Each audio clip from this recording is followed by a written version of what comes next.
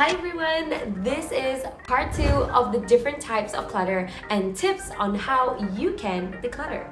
If you missed out on part 1 of this series, I would suggest you start by watching that first before you go ahead with this one, because it will give you a better introduction of what we are discussing here.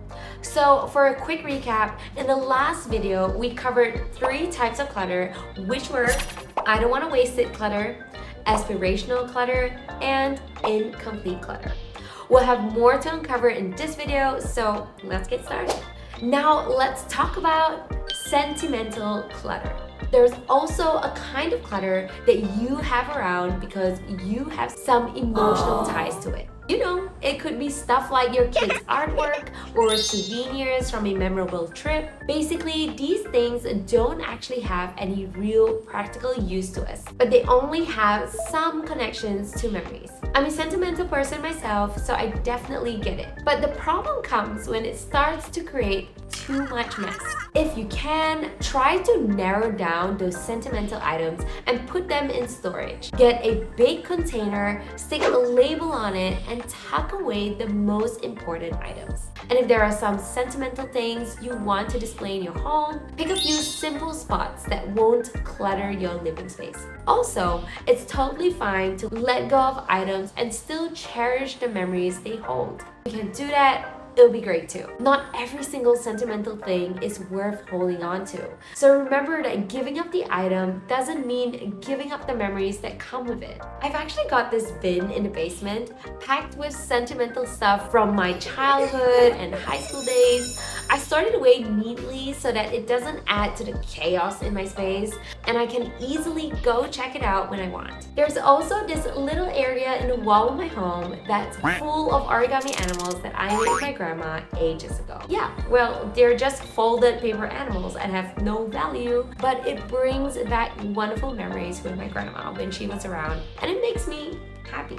So as you can see, I'm all about sentimental keepsakes, as long as it does not disrupt the harmony of my home. But when it does, maybe it's time to address it. And does the gifted or inherited clutter? Now, let's talk about the stuff that's been handed down from family, inherited items from those who've left us, or gifts from friends and family. These things often hit a little bit closer to the heart, and we don't want to disrespect anyone. If it's a family heirloom, it's worth asking other family members if they would like it instead. If not, and you're not keen on keeping it either, does it really have a place in your home? Here's an idea. You could maybe go digital with it, or transform it into something new. How about taking a photo of it and saving that instead, which takes up almost no space? Sometimes when we get a gift, we hang on to it because we think the person who gave it to us might expect to see it in our home. But honestly, the truth is that's almost never the case. And even if it is, it's not fair to you. The gift was meant for you, and you should be free to do as you please with it. So if you want to pass it on to avoid clutter, that's totally your call. Number 3, the I just might need it clutter. I saved this one for last because I think it's my favorite one.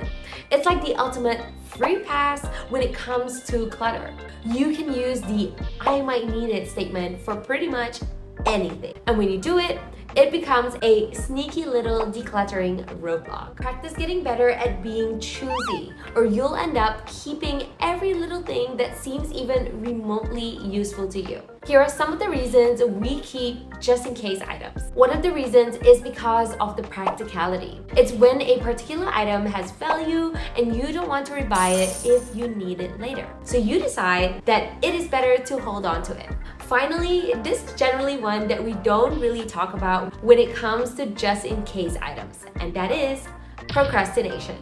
Sometimes you'll have the feeling that you don't have the time to deal with this clutter right now. Just the process of deciding if you actually need something is too much work, leading you to procrastinate. So here are some quick questions to ask yourself when you are facing these just-in-case pieces to help you navigate what to do next. What's the worst that can happen if I don't have this? Do I have actual plans to use this in the next 60 days? Is this something I can borrow or rent if I ever needed it? Could I make do with something else?